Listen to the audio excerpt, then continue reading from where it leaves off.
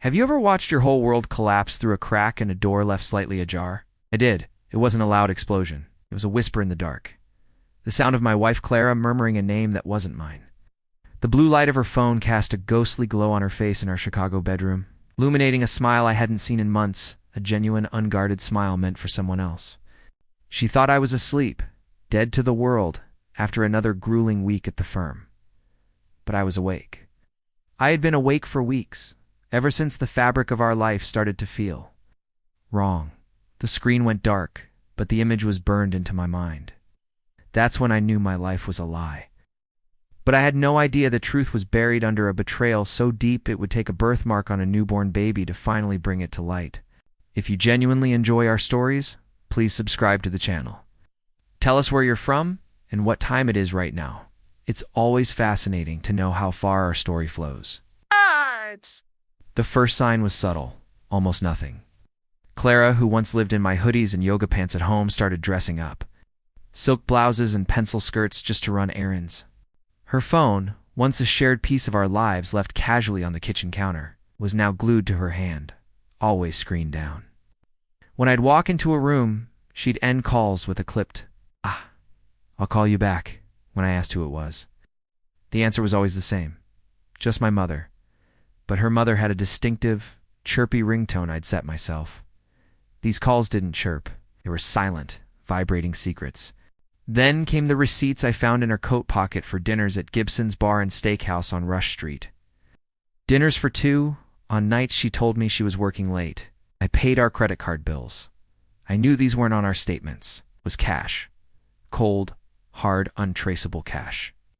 She became a stranger in our home. The warmth that once filled our Lincoln Park brownstone evaporated, replaced by a chilling politeness. She'd look at me, but her eyes were vacant, like she was looking straight through me, to someone else.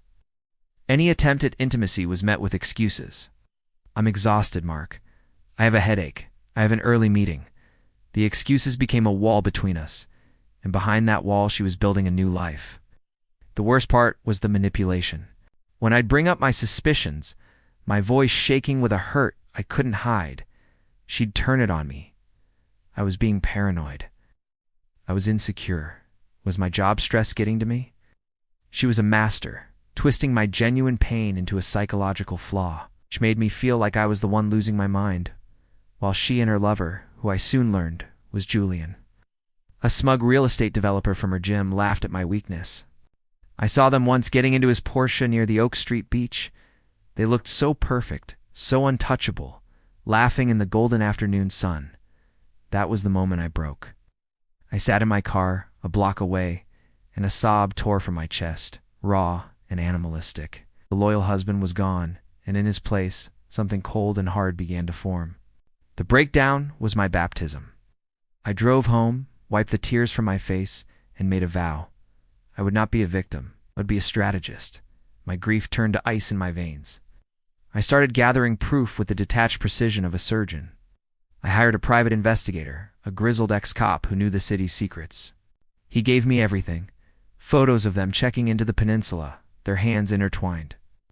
Audio recordings of their calls, filled with cheap promises and mocking laughter at my expense. I set up a new bank account, quietly moving my own funds. I met with the best divorce attorney in Chicago, a shark named Ms. Albright, who looked at my evidence with a grim, satisfied smile. We set the traps, legal and social.